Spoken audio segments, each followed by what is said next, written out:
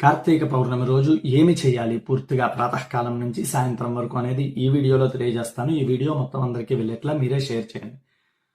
ప్రాతకాలంలో బ్రాహ్మీ ముహూర్త సమయంలో ముందుగా నిద్ర లేవాలి. ఇది ఎప్పుడు అంటే 3:30 నుంచి 4:30 మధ్య కాలంలో.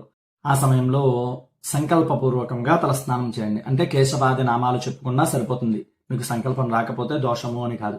చేసిన తర్వాత ఇంట్లో దీపారాధన చేసి పూజ పూర్తి చేసి దగ్గరలో ఉన్న ఆలయానికి వెళ్ళండి. ఇదంతా కూడా సూర్య ఉదయం లోపు చేయండి. దగ్గరలో ఉన్న ఆలయంలో దీపారాధన వెలిగించండి. స్వామికి మొక్కుకోండి. విష్ణు ఆలయానికి వెళ్ళారనుకోండి, వీలైనంత తులసి పత్రి తీసుకువెళ్ళి అర్చన చేయించండి. శివాలయానికి వెళితే అభిషేక ద్రవ్యాలతో అభిషేకాన్ని చేయించుకోండి. ఆఫీసులో ఉండేటువంటి వారు వృత్తి ధర్మాలని అనుసరించండి. సాయంత్రం వరకు వీలు కుదిరితే, శరీరం సహకరిస్తే ఉపవాసాన్ని చేయండి.